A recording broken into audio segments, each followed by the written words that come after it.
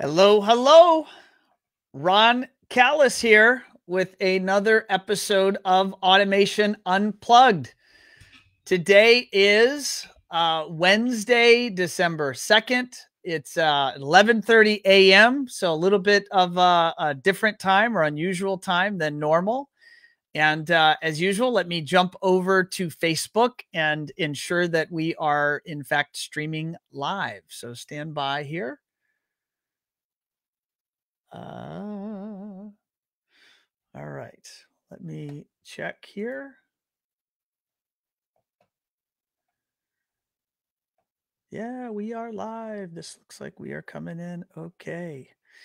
All right. So today's a busy day, so I'm going to jump right to it. Actually, here just in about 45 minutes, I have been asked and offered the opportunity to keynote at the CEDIA rep event. So CEDIA is holding their first all-day training and education event for the audio video rep firms and agencies throughout North America.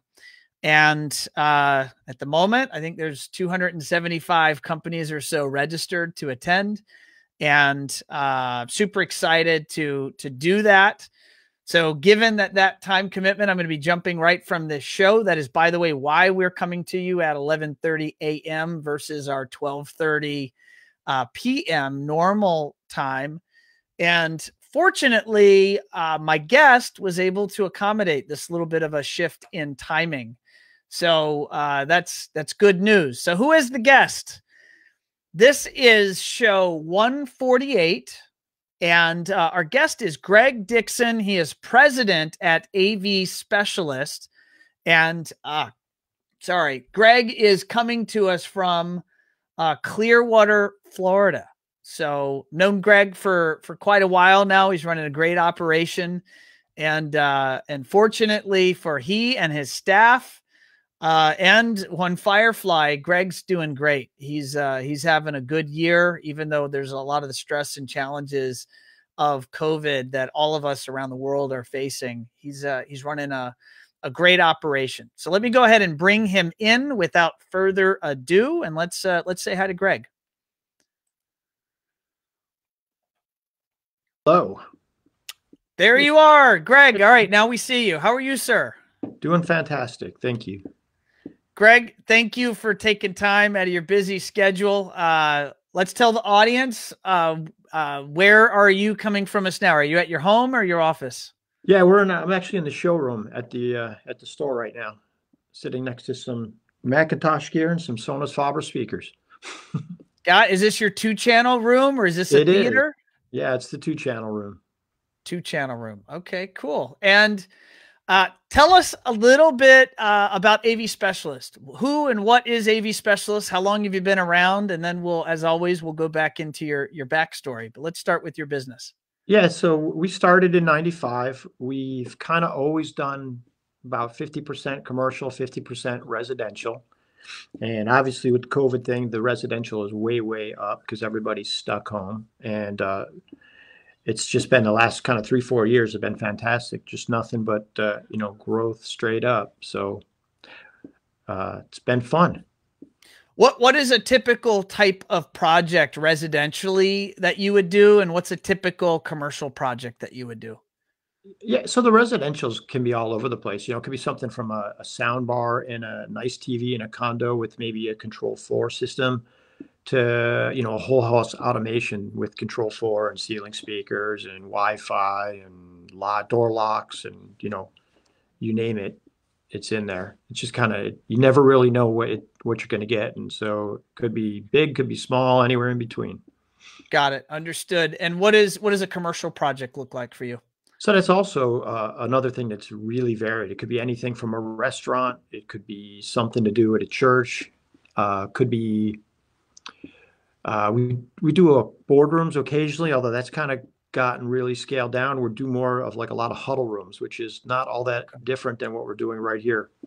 And only we might do possibly a classroom where you're doing a big audience, or just a couple people around a table. So Got it. Uh, I'm assuming that some of the commercial stuff has been maybe harmed in some ways due to the COVID economy there.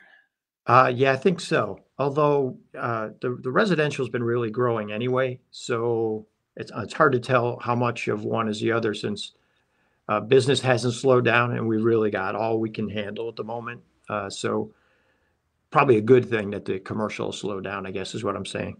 Yeah, no, I want to dive into the state of business. But before we go there, I want to go in the way back machine. And before I go there, I want to address our live audience, folks that are tuned in. Don't forget to drop comments or questions. If you have questions for Gregg, and as long as they are fair and suitable, and maybe even if they aren't fair or suitable, I'll still read them. But let's have fun. So drop in a comment or question. Also, let us know where you're coming to us from. I love that folks are tuning in live. But yeah, Gregg, let's go back. How did you get started? I mean, you're here in this AV business. You've been running your business since 95. How did this all start? Yeah, so this all goes way back to I was kind of like a regional manager of an auto parts chain back in Buffalo, New York. And we were building a house, and it's probably like way early in the automation business. A friend of mine, Steve Powers, back in Buffalo, New York, was putting in some speakers and doing some stuff for us in our new home. And I was like, oh my God, this is a thing. You could actually do this. There's a business doing audio and video. Like, I want to do that. So coincidentally, at the same time, the economy sort of tanked up there in Buffalo with both my wife and I's business. And so we decided to relocate to Florida, since if we had to kind of start over again, we'd go somewhere with good weather and better sports teams. So here we are. And so, basically we started with, I don't know, 50 bucks in my pocket and a fold up ladder in the back of a convertible, and just kind of built little by little each year till we got to where we're at now. What would a project? So back in 95, when you started, you didn't start with a physical brick and mortar facility, right? It was just running it out of your house. Yep. Started at the house, moved to a storage shed, moved to a bigger storage shed, moved to two storage sheds, moved to three, moved to a business, moved to a bigger business, moved to yet another bigger business. So a lot What of what moves. what would a project? So in 95, what would if you sold a system or sold something to a customer, what were you out there doing? It could have been anything from like hooking up a TV antenna with a direct TV, or I actually might have even done a satellite or two. I heard the guys the other day talking about that. Uh, So I remember being out in the cold, actually doing my first one back home. We used to love the satellites because we could get the games before you get a live feed. It was really interesting. The kind of you hear like a lot of comments that don't make it on air, and it's kind of fun. So, but anyway, we did that. I put up a satellite dish down here, one or two, maybe for local restaurants. Um, Might have done some speakers like at a church, maybe just some coax wiring and a lot of modulators. I remember back in the day, getting the TV and the cameras and stuff over the. Were there many companies? So you were in Florida. You were still in Clearwater in 95. Yep, that's when we moved here. Was there many integration companies? The concept of an integrator or technology contractor, was that a thing? Were there lots of those businesses around? Yeah, yeah, it was. In fact, I went to a couple local places to try and get a job as a sales guy, and I never got hired. Somebody wanted to start me as like a low level installer, and I'm not opposed to installing, but that wasn't what I was looking to do if I was going to work for somebody else. So I'm just Sure. like, well, that's what we're going to do. We'll do it for myself. So. Got it. Got it. That makes sense. Now tell us today, you're in your 2-channel listening room. Tell us about the facility that you have today. What's the purpose of the facility, and how has it played out with COVID? And have your customers been shy about coming into the store, or kind of what has that been like? So yeah, I mean, we've kind of updated, do something maybe once or twice a year to kind of keep it better. We've got a 2-channel room, we've got a theater, and more than anything, we're not really a walk-in kind of a place. We like to bring the client in so we can show him what he's buying and show him why he should buy this pair of speakers over that pair of speakers, something like that. Put the remote control in their hand, let them see how easy it is to use. because a lot of people are afraid of that. And they're like, no, this is so easy. You'll have no problem using it.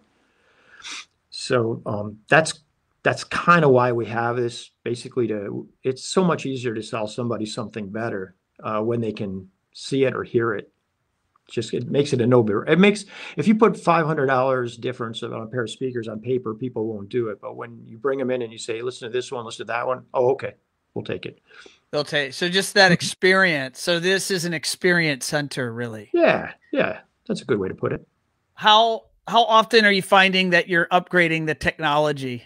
You know, is that a burden, or is that just part of the business that you have to keep things updated, or like, what's the state of that? I always imagine that could be a pain. Like, Yeah, maybe you sell a unit, now the room doesn't work anymore, but you've got so much money in the room. Like, how do you manage that? yeah, it is a burden, but it's also part of the business. So I mean, you don't get one without the other. The kind of the cool thing and the annoying thing about our business is it changes so fast. Yeah. So it gets frustrating every year trying to sell your TV that's no longer applicable because there's a new model out. And you have to kind of find a way to get rid of it. And it's also kind of like one of the fun challenges. It also lets people get deals that might not normally be able to pull the trigger. So if a vendor upgrades a model, you might move the model that you're sitting on to get the new one in. So Yep. you win and the customer wins. Yep. Yeah, Sometimes the employees win. Sometimes they end up with the stuff too. So if there was a theme for 2020, I'm going to throw a curveball question at you. We're coming to the end of the year here, so I'm kind of thinking in a holistic way about the full year. If there was a theme for 2020, what is that theme Yeah. for So you? the theme for 2020, I think it's based loosely on a Warren Buffett quote, and there's several different versions I've heard, but it's something like when everybody else is spending, cut back, and when everybody else is cutting back, spend. So like right around this year in March, the whole COVID thing kind of happened, and originally we were all terrified because we didn't know, what that was going to mean to us. So I thought about it, and I was like, well, you know what? This everybody else is kind of afraid of this. I'm not really afraid of COVID. I mean, like whatever, bring it on. I'll get sick and then I'll get better. So I'm like, let's spend some money. And while this could be our chance to like really be a bigger player in our area, and kind of like move us from like wherever place we at, move us up like 5, 10 notches, be a bigger player in the area. So we did we spent some more money. We actually increased. We talked to you. We spent more on our advertising budgets. I'm like, now's the time. I'm like, more people are going to be home. More people are going to be looking. I didn't know how it was going to work out. I was actually really scared, but it worked out really good. And we also did the same thing. We acquired probably 3 more employees. One was really scary because we hired a new guy, and then the next day we had a sticker on our door that said, "You're shut down." So I'm like, oh no, I just hired this guy. What was the sticker for? The sheriff went around and put a sticker on every door that said your business is closed, whatever, because of the COVID thing.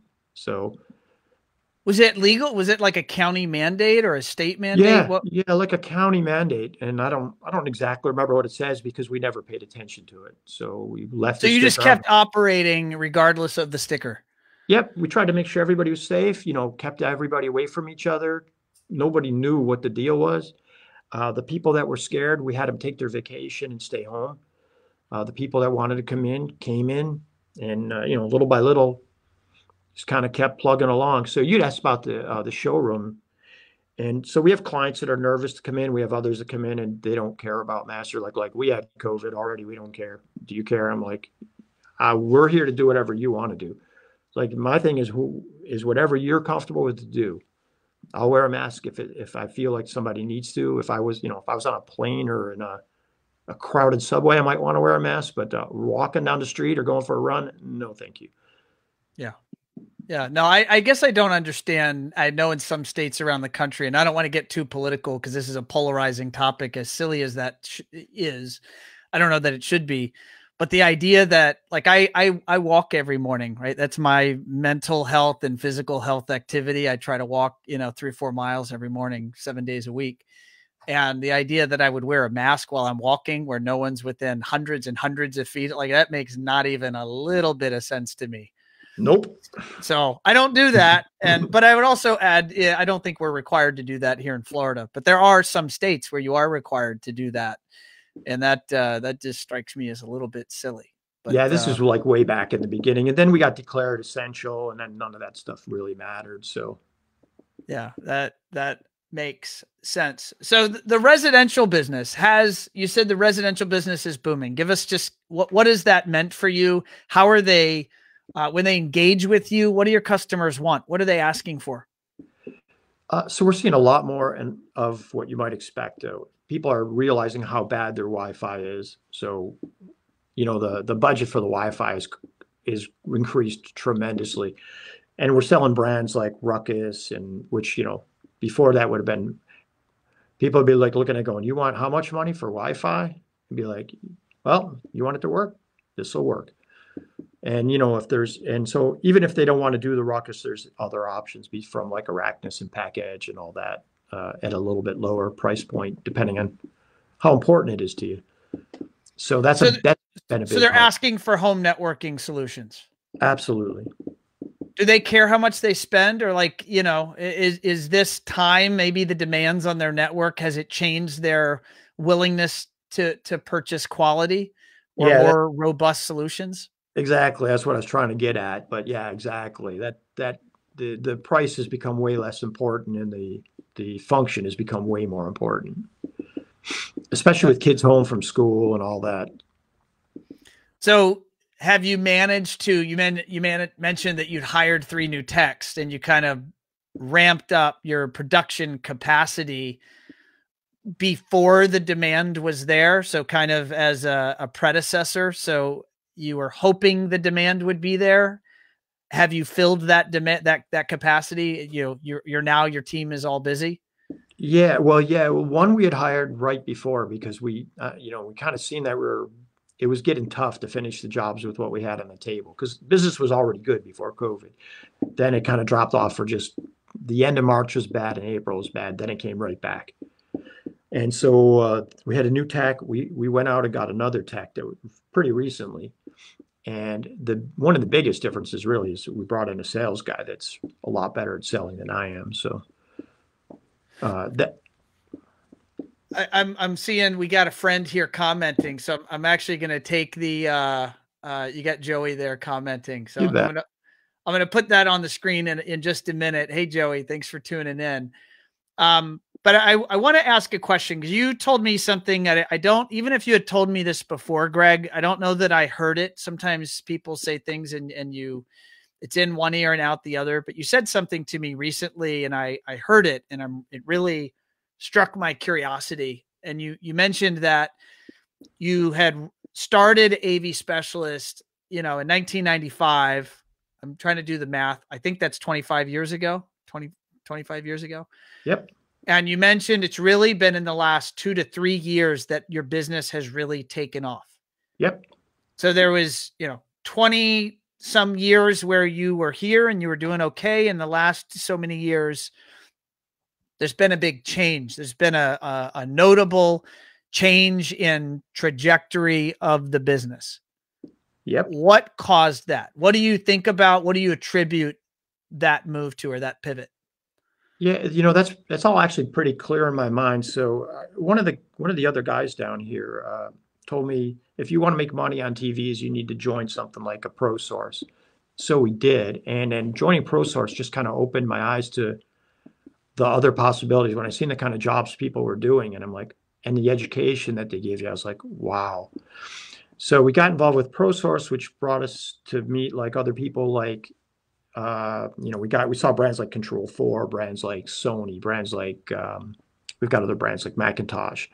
And so these big brands, when we spent the money for the buy-in to put these brands in our place, it was terrifying. And I was like, am I gonna be able to sell this? But we did. So around that same time, we also got hooked up with you and your company, and one of the biggest differences we ever made, and I know I've told you this one before, is changing our website. And just because that's your first impression, people see, they dial up and they see your website, and then that's their opinion of you. So that led us to you. That helped everything. And then, funny enough, Joey's Joey's ears must have been burning because I'm he was gonna like, put it. I'm "What?" gonna put his comment on the screen now. So there's Joey. He says, "Hey, gents, some of my two favorite people in the industry." Thanks, Joey. Likewise. Thanks for tuning in. So yeah, hooking up with Joey's company was another thing. It was like terrifying to be writing that big check compared to what kind of monies we were used to, but it's the right thing to do, and it really helped me turn the corner because I was trying to figure out what he's doing for the last 10 years and wasn't able to pull it off. And So then let's expound on that. You were trying to do what for 10 years that you were not able to pull off? some kind of recurring revenue or some way to charge for all the return trips and have it organized, ticketed, and make money off of clients. In this AV business, and I'm sure a lot of us have done it, you're going helping people on the phone for hours for a system they've had for 10 years. And it's like, that's nice and all. But in the meantime, what I started noticing, and I was like, I need a proposal done. And one of my guys would be talking to a client that hasn't bought something in 10 years. I'm like, well, we'd love to help the guy, but I actually need that proposal before we need to help that guy. And it wasn't working that way. And by hooking up with this, with Joey and his system, it just kind of takes care of all that. It basically gives you the structure that you need because I'm not a big structure guy. And how long have you been engaged with One Vision, which is Joey's company? I think it's 2 years now.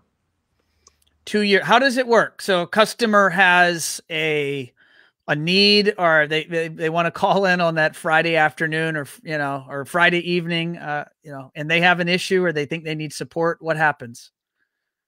So basically, there's a specific extension for support, and we have different plans that we offer clients depending on what kind of help they want. And so, it's kind of crazy to expect that somebody could call up on a Friday at 3 and we could immediately roll a truck out to go and help them. So, based on what kind of tier of support that they would pick, it's kind of already preset what kind of service they would get. And if somebody doesn't want to do it, that's great. We're never going to not help anybody. But you realize that when you're not on a plan that you're going to go, you're at the back of the line. There's other folks that are ahead of you.